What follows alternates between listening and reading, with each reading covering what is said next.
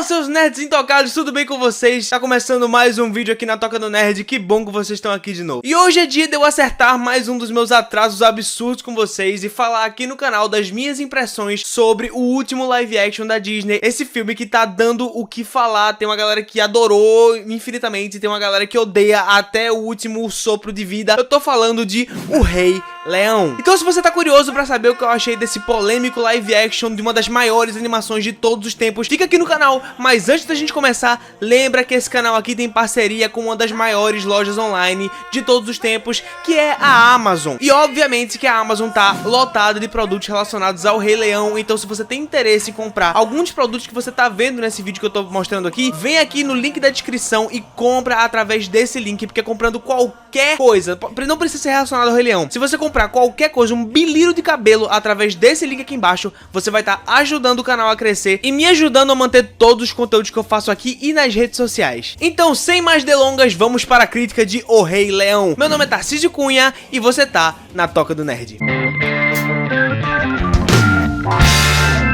Galera, então essa é a parte do vídeo que eu normalmente faço uma sinopse do filme que eu tô falando, mas o Rei Leão tem 25 anos, né? Todo mundo assistiu o Rei Leão e não tem necessidade de eu fazer uma sinopse do Rei Leão aqui. E já vou falar aqui que vou dar spoiler sim, porque spoiler de Rei Leão é a puta que pariu, né, gente? 25 anos, 2 gerações já viram esse filme, todo mundo sabe essa história. Então nem vale a pena eu estar me guardando pra não falar spoiler de um filme que tem 25 anos, e nem vale a pena eu estar perdendo tempo com sinopse. Mas enfim, vamos começar. Se o live action de O Rei Leão pode ser visualmente descrito através de 2 palavras, essa seria um espetáculo visual. Realmente a recriação 3D fotorrealista do Rei Leão é uma coisa que salta aos olhos. Logo na primeira cena lá do é uma coisa que te remete quadro a quadro ao que você viu na animação, e é assustador como a Disney conseguiu fazer um lance tão realista lá Animal Planet, National Geographic, na sua cara, assim, com a animação que você viu. Se você botar quadro a quadro a animação e o live action, né, porque não é live action, é uma animação 3D, mas vamos falar live action aqui pra ficar mais fácil, você vai ver o quão é parecido, o quão é basicamente semelhante as duas coisas, e o quão é bem feito, sabe? Não é computação gráfica de quinta, é computação gráfica Disney. Porém, uma coisa que me preocupa aqui é que é tão parecido que acredito eu que a Disney usou a animação original como base pra criar essa nova capa de animação 3D por cima dos desenhos originais, e acredito eu que não creditou os animadores originais da animação de 94, e isso já tá gerando polêmica. Eu já vi alguma coisa no Twitter sobre, e eu não acho isso nada ético, porque os caras não estão recebendo nada por esse filme de agora, eles só recebem para o filme de 94, e assim, eu acho isso uma puta sacanagem da Disney usar o trabalho dos caras de novo nesse filme e não pagar nada por isso. A trilha sonora de O Rei Leão é a trilha sonora de O Rei Leão. A gente tem o Hans Zimmer e o Elton John de volta, trazendo esses temas memoráveis que a gente lembra da nossa infância, tanto as músicas cantadas pelos personagens, quanto os temas diegéticos do filme. Então tá tudo ali, e tem umas coisinhas novas, tem uns temas novos, tem uma música nova da Beyoncé que já eu vou comentar sobre. Então, se a trilha sonora do Rei Leão foi com certeza uma das melhores trilhas sonoras, tanto é que, se eu não me engano, ganhou o Oscar de melhor trilha sonora lá em 95, obviamente que ela ia ser um destaque nesse filme. Porém, a trilha sonora de O Rei Leão 2019 basicamente é uma repetição, né? Porque não tem nada de muito novo. Eles rearranjaram alguns aspectos de alguns números musicais, refizeram algumas coisas. Na verdade, eles refizeram tudo, mas eles refizeram tudo tão parecido com o que já era o original, mudando tão pouca coisa, que me deixou um pouco decepcionado nessa questão, porque a gente tem o Hans Zimmer e o Elton John de volta, fazendo a mesma coisa que eles fizeram lá em 95? What the fuck? Os personagens de O Rei Leão estão presentes aqui nesse filme, obviamente, mas eu não tô falando simplesmente o Scar tava lá, o Scar tá aqui, o Simba tá lá, o Simba tá aqui. Não, eu tô falando da retratação desses personagens, a essência dos personagens está presente, você reconhece cada um dos personagens, nenhum deles tem uma mudança brusca, tanto em essência quanto em comportamento, exceto, é claro, o Scar, que eu vou falar já, que tem realmente uma diferença grande no comportamento. Mas é admirável como a Disney conhece mesmo esses personagens, a ponto de não modificar nada que pudesse fazer com que o personagem perdesse a essência. Isso é um perigo nos live actions que ela tá fazendo, mas realmente ela se preocupou em trazer o personagem, em trazer quem eles são pra esse novo filme, e eles estão ali, sabe? Você reconhece eles. E basicamente, né, gente, o roteiro de O Rei Leão, a história do Rei Leão, essa releitura moderna de Hamlet, que não é plágio de Kimba, o Leão Branco, é uma das maiores histórias de todos os tempos, né? Tô falando tanto de Hamlet quanto da releitura do Rei Leão. Então não teria como deixar de ressaltar esse roteiro incrível, essa história que foi linda na última geração, continua linda para essa geração, e eu acho que é uma história que eu acho que eu não conseguiria viver num mundo em que essa história não existe, sabe? O Rei Leão é com certeza a minha animação favorita da Disney, e é por isso que eu tava muito animado pra como esse live action ia ser feito, qual a abordagem que eles iam dar e qual seria o resultado final desse filme. E pra mim aqui acabou os pontos positivos, vamos falar agora de atuações. Eu assisti ao filme tanto legendado quanto dublado, eu consegui ter o privilégio de assistir esse filme 2 vezes no cinema, justamente porque eu queria ter o contraste entre as vozes originais, a qual a animação foi feita por cima delas, e as vozes brasileiras, as vozes dubladas, né? Porque as vozes do Rei Leão em português são tão maravilhosas, né? A dublagem do Rei Leão em português é tão maravilhosa quanto o áudio original em inglês, e eu queria ver se a dublagem brasileira de 2019 ia fazer jus a esse legado lindo que a Disney deixou lá na dublagem de 94. Mas assim... o que acontece, gente, é que tem muito Star Talent nesse elenco de dublagem, e eu odeio quando isso acontece. Eu sou um fã de dublagem, assim... doente. Então eu gosto de ver nas dublagens, principalmente dublagens de filmes grandes, dubladores profissionais, sabe? Profissionais reconhecidos nessa área. E muitas vezes o que a Disney tem feito nas suas últimas dublagens é contratar global, é contratar cantor, é contratar ator que não é dublador. Então, o elenco de dublagem desse filme teve alguns problemas. Nessa parte de atuação eu vou falar de quem deu a voz original em inglês de cada personagem e da sua contraparte brasileira, e vamos ver o contraste que isso causa. O Simba, que recebeu a voz em inglês do Donald Glover, não me deixou muito satisfeito, porque eu achei que o Donald Glover fez um Simba um pouco apático. Eu não sei se ele não estava confortável no personagem, não sei se talvez numa continuação ele fique melhor, mas a verdade é que, tirando os momentos musicais, eu não achei que ele se destacou em absolutamente nada como um Simba. Eu acho que qualquer ator poderia ter feito o personagem, e o Simba é o protagonista, né? Então ele tem que ter esse destaque, ele tem que ter essa personalidade que você lembra. O Simba bebê na animação pra mim sempre foi mais interessante do que o Simba adulto, mas o Simba adulto ainda trazia essa carga, ainda trazia essa voz, essa coisa forte, tanto no Matthew Broderick quanto no Garcia Jr. em português. Mas aqui o Donald Glover pra mim nem fede nem cheira. E quanto ao Ícaro Silva em português, eu acho que pra mim assim, me julguem, eu achei que ele deu mais personalidade aos momentos musicais do que o Donald Glover. Porém, eu acho que a voz dele não encaixou no Simba, por motivos que eu vou acabar tendo que falar um pouco depois, questão do sotaque e tal, eu vou abordar já já. Mas enfim, eu achei que o Ícaro Silva foi uma boa versão brasileira do Donald Glover, foi, mas basicamente os dois foram um Simba apático. Obviamente que o Ícaro Silva não podia sair da linha do personagem. Eu acho que o cara fez um pouco mais apático, vou tentar fazer ele do meu jeito. Não, ele tinha que seguir o original, e o original já não tava muito legal, e o que o Ícaro Silva fez foi seguir o baile. O problema é que quando ele tem umas falas um pouco maiores, realmente parece que o cara tá lendo, e isso torna as coisas um pouco complicadas. Já o Simba bebê do J.D. McCready, que tem um nome bem difícil de pronunciar, é um personagem muito mais expressivo, tanto quando se trata das músicas, quando se trata é difícil.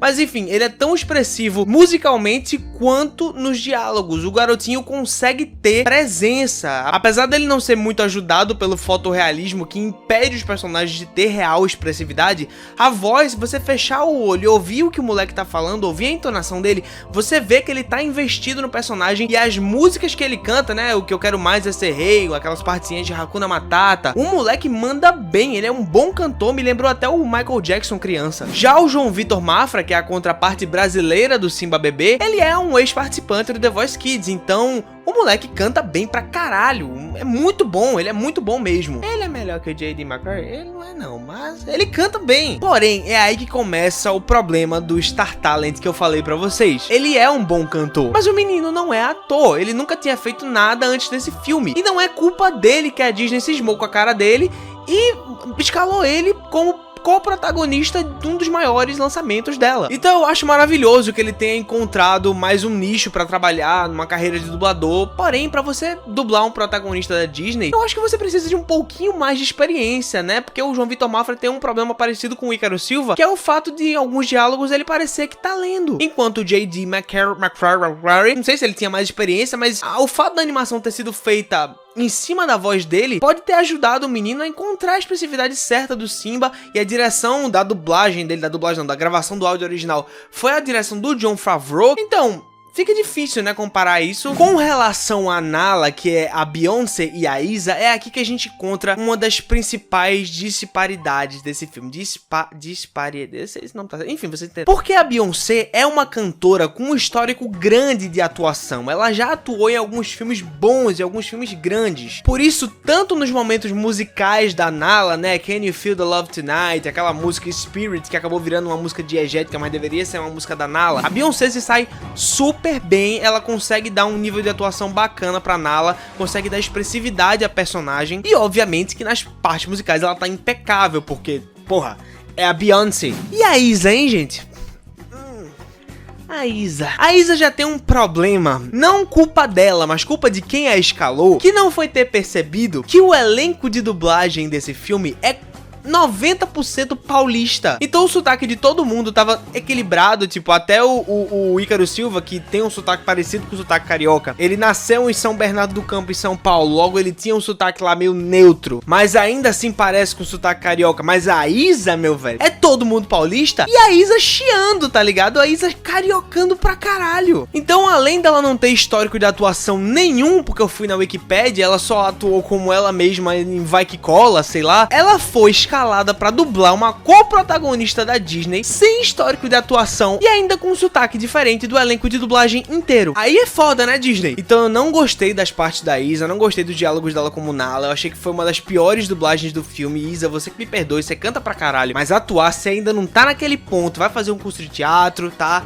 Não ficou legal. Em contrapartida, o Scar brasileiro do Rodrigo Mialaert, eu gostei muito mais do que o Scar do Tietel Ejiofor, a começar pela parte musical. Eu acho que o Rodrigo Mialaert canta 10 vezes melhor do que o Tietel Ejiofor, e o Tietel Ejiofor já tava com problemas nessa produção, justamente pelo fato dele não ter experiência de canto, porque a música Se Preparem ia ser cortada do filme justamente pelo fato do Tietel Ejiofor não cantar. Mas aí colocaram ela no filme meio imprensada, meio reduzida, porque realmente não tem como não falar isso, foi de goela abaixo. E comparando bem as duas performances, eu gostei muito mais da voz do Rodrigo Mialaert do que da do Tietel Ejiofor, me perdoe, eu achei muito legal. Meu problema com o personagem do Scar nesse filme é a forma como ele foi escrito. Tem um problema com o Scar já de 94, que é esse lance da Disney querer transformar todo e qualquer vilão em um personagem com uma personalidade meio queer, o que vilaniza um pouco a comunidade LGBT. Isso é uma coisa bem errada.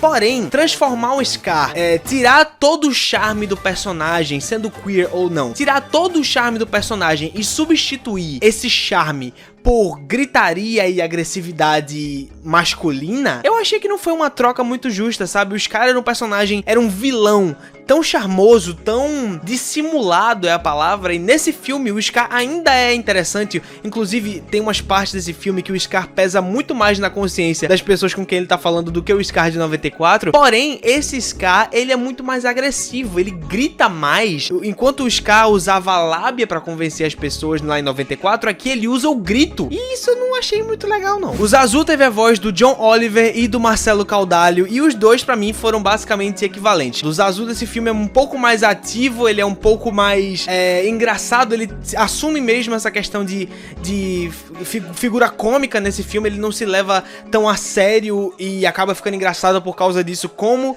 no filme de 94. É uma abordagem nova do Zazu, que o John Oliver e o Marcelo Caudalho acertaram bem a veia cômica. E fazendo Timão e Pumba, a gente tem o Billy Eichner e o Seth Rogen. E olha a responsabilidade que esses caras têm na mão, porque Timão e Pumba são nada mais, nada menos do que a dupla cômica mais foda de todos os tempos da Disney. E eles mandam muito bem, tanto musicalmente quanto nos diálogos. As vozes ficaram extremamente bem colocadas, a veia cômica dos dois personagens e dos atores está ali. E em português, o Ivan Parente e o Glauco Marques, em quem eu não tava botando fé, porque eu queria ver os dubladores originais em português do Timão e do Pumba de volta, né, que é o Pedro Zangerman Sandgerman e o Mauro Ramos. Infelizmente o Pedro Sandgerman morreu, mas assim, foi uma grata surpresa ver que o Ivan Parente fez uma dublagem que respeitou e homenageou a dublagem brasileira do Timão, colocando uma voz parecida a uma que o Pedro Sandgerman colocaria, e o Glauco Marques fez um Pumba decente, sabe? Não foi um Pumba especial. Eu acredito inclusive que o Mauro Ramos poderia ter dublado esse filme,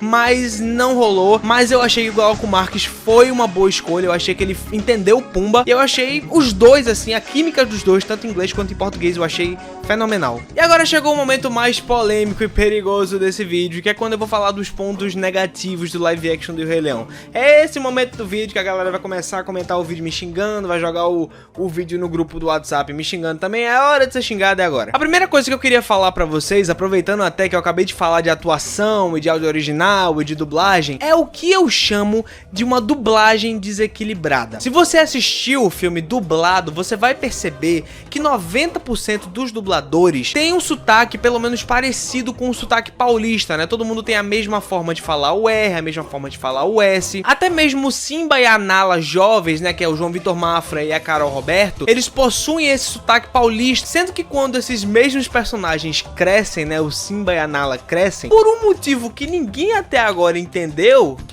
eles ganham sotaque carioca. É uma coisa muito estranha, porque todo mundo fala igual, todo mundo fala R e S igual, e quando o Simba e Nala crescem, eles simplesmente começam a chiar. Fica uma coisa tão estranha, inclusive nas músicas, velho. As músicas é a pior coisa, porque acontece uma coisa mais ou menos assim. A juba que eu vou ter vai ver, será de arrasar, e todo mundo vai temer quando me ouvir urrar. E o que eu quero mais é ser rei. São tantas coisas a dizer, mas como explicar o que me aconteceu? Não vou contar, senão vai me deixar.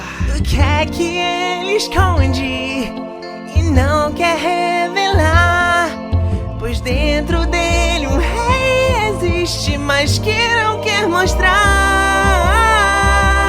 Continuando nos pontos negativos, nota-se nesse filme, principalmente no primeiro ato, uma pressa e uma falta de dinâmica, tanto nos diálogos quanto na montagem dessas primeiras cenas do filme, numa tentativa de emular as cenas da animação original, sendo que sem nenhum peso, sem nenhuma dinâmica. Parece que os diálogos são jogados, tanto em inglês quanto em português. E esse é um problema que não deveria acontecer no primeiro ato do filme, porque é o momento do filme que a gente vai estabelecer conexões emocionais com todos os personagens, principalmente com aquele personagem que vai morrer, né, o Mufasa. E a gente precisa dessa conexão emocional com o Mufasa pra sentir a morte dele. Não adianta eles fazerem uma cópia exata da morte da cena do Mufasa sem que a gente tenha investimento emocional algum com o personagem, e é exatamente isso que acontece nesse filme. Eles copiam quadro a quadro a cena da morte do Mufasa nesse filme, porém o primeiro ato é tão apressadamente montado e apressadamente dialogado que a gente não sente absolutamente nada, tanto pelo Simba quanto pelo Mufasa. O tão falado fotorrealismo nesse filme, né, a animação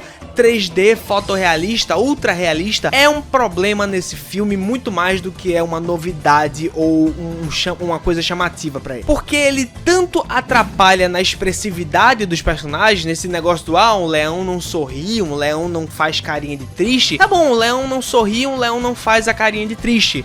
Mas se você vê a cena, por exemplo, da morte do Mufasa, você vai ouvir o áudio, os atores interpretando, né, esse momento trágico, esse momento triste, sendo que a cara do leão em 3D não muda.